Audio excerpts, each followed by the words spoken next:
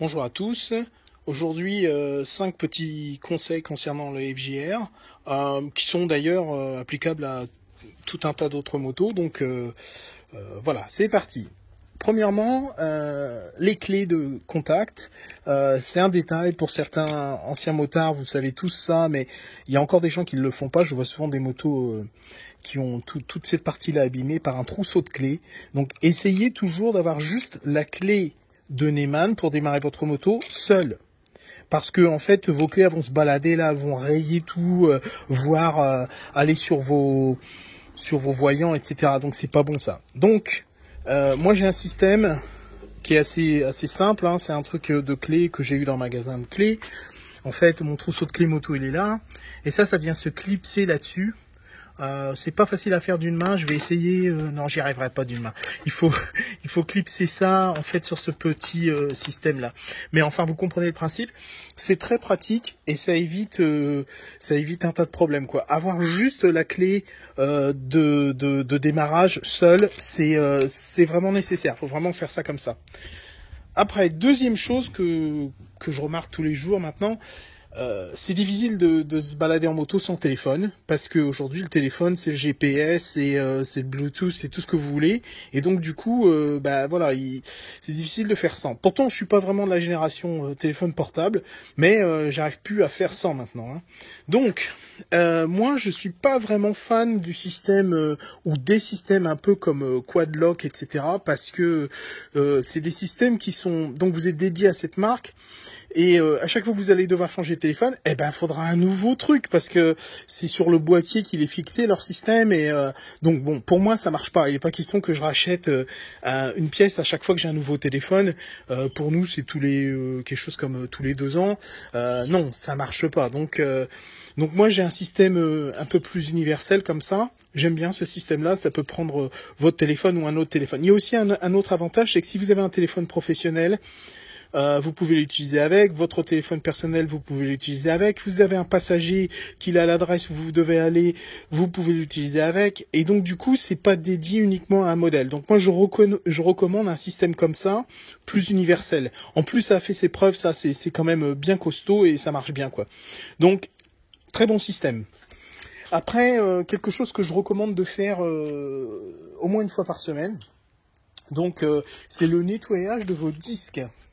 Moi j'utilise un produit qui sert à nettoyer les disques, hein. Ça coûte pas très cher, une bombe comme ça doit coûter 3-4 $.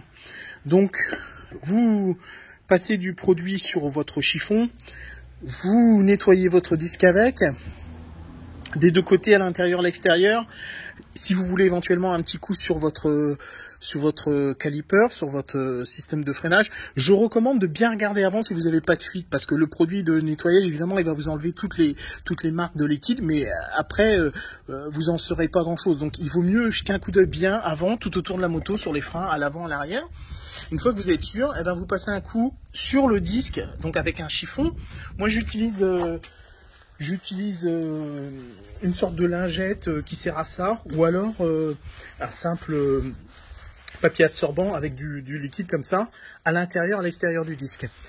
Je fais ça une fois par semaine, et une fois par mois, je nettoie avec le même produit mes disques avec un Scotch-Brite comme ça, des deux côtés, intérieur, extérieur. Vous n'allez pas défoncer votre disque avec ça, hein. Le disque est bien plus résistant que ça, mais ça enlèvera toutes les petites particules qui pourraient être dessus. Faut bien se rappeler que votre disque de freinage, il va s'abîmer beaucoup plus si vous n'y faites pas attention. Il n'y a pas de raison de changer nos disques souvent. En théorie, les disques, ça devrait pas se remplacer quasiment. J'entends souvent des gens qui disent, bon, je sais pas moi, on va dire à 40 000 km, il a fallu que je change mes disques, mais ça va pas la tête. C'est pas comme ça. Le disque, c'est beaucoup plus résistant que les patins de freinage. Les plaquettes, elles sont faites pour être usées. Le disque, il devrait pas s'user aussi facilement. D'ailleurs, j'ai vu une vidéo d'un motard, un ancien motard, je sais plus comment il s'appelle, qui est connu en France. Et dans cette vidéo, il explique qu'il a une moto qui a 120 ou 130 000 km et qu'il a toujours ses disques d'origine. Donc je suis pas fou, c'est comme ça que ça devrait être si on utilise une moto correctement, si on freine correctement, si on l'entretient correctement, on n'a pas à remplacer les disques aussi fréquemment, ou pas du tout.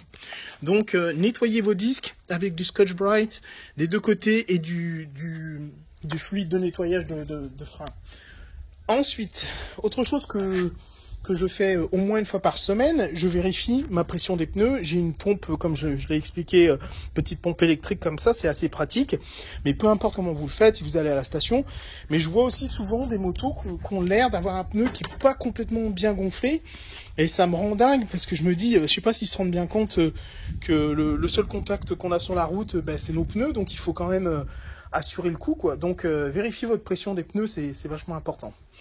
Donc dans les points que je recommande pour aujourd'hui, en tout cas sur les freins, c'est de nettoyer vos freins avec du liquide qui sert à ça. Oubliez pas de garder, moi j'utilise ce genre de produit Scotch-Brite, je sais pas comment on appelle ça, mais je le dédie à ça, c'est-à-dire que c'est dans un sac avec mon matériel de moto. Je n'utilise pas ça pour quoi que ce soit d'autre.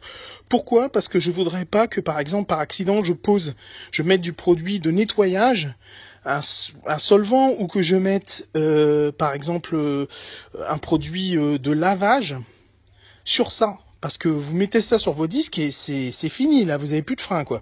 Donc faut dédier ce que vous aviez utilisé pour les freins à ce fait-là. Vous les utilisez que pour les freins, pas pour d'autres choses sur votre moto.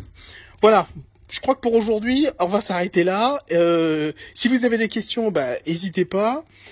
J'ai plein d'autres petits trucs que je fais sur ma moto au quotidien, mais après, on a l'impression que c'est des manies. Je pense que après plus de 30 ans d'utilisation de roues, c'est nécessaire d'avoir des petites manies, hein, si vous voyez ce que je veux dire, parce que au quotidien, on finit par oublier les bons préceptes sur la sécurité, etc. Donc, il y a des points à pas négliger. Les freins, les pneus, c'est déjà un minimum. Voilà, je vous souhaite une bonne journée et à bientôt. Eh oui, c'est moi encore. Bien entendu, vous avez remarqué que j'avais oublié mon 5e point pour cette vidéo. Donc me revoilà. Alors, quelque chose que je recommande, là c'est plus particulièrement sur cette moto, mais j'imagine qu'il y a d'autres modèles qui en ont besoin. Celle-ci, elle a été équipée par le précédent utilisateur de rehausse de guidon. Et quand je vois la position que j'ai maintenant, je trouve qu'il a fait un très bon choix, parce que je suis bien placé comme je le suis maintenant avec le guidon plus haut. Donc à mon avis, cette moto, vraiment elle nécessitait d'avoir ces rehausses. Donc c'est un truc que je recommande d'avoir sur votre FJR, c'est d'avoir des rehausses de guidon. Peut-être que sur les modèles plus récents, ils ont déjà donné un réglage possible, je ne sais pas, hein, pour le coup. Mais moi sur mon modèle, il n'y a pas de réglage de hauteur, donc c'est important d'avoir ces rehausses. Faites attention, si vous avez besoin de remplacer vos durites de freinage, parce que sur la mienne c'est ce que j'ai fait, et j'avais commandé des durites sur internet, et en fait quand elles sont arrivées, donc des durites blindées là, des durites aviation, le problème c'est qu'elles étaient faites sur mesure sur les mesures de la moto d'origine. Donc en définitive sur ma bécane avec la rehausse de guidon, elles étaient trop courtes. Et donc la compagnie était pas vraiment sympa. Je les ai contactés en leur disant que je pensais quand même qu'il y avait un peu plus qu'ils étaient un peu plus larges, quoi. Ils m'ont dit non, c'est la dimension, etc. Donc en gros c'était de ma faute. Donc je n'ai pas recommandé un set dans cette compagnie. Je ne la citerai pas là, peu importe. Pour le coup, si vous avez à commander des durites aviation, faites attention à ça et prenez plutôt un format standard qui sera un peu plus grand. Et c'est pour ça que vous voyez souvent des motos avec des durites aviation qui sont un peu lâches, qui descendent un peu. C'est parce que la personne a préféré prendre des durites standards, par exemple de 1 mètre de long, et il lui aurait fallu des 90, donc elles sont un peu plus longues. Mais c'est pas grave, s'il y a une petite courbe, ça gêne en rien, ça marche très bien. Donc rehausse de guidon, c'est quelque chose que je recommande. Toutefois, quand vous aurez besoin de remplacer vos durites de freinage, pour le coup, moi c'est des durites blindées, des durites aviation, pardon. Si c'est le cas, faites bien attention, il faudra qu'elle soit un peu plus longue. Voilà, merci, bye bye.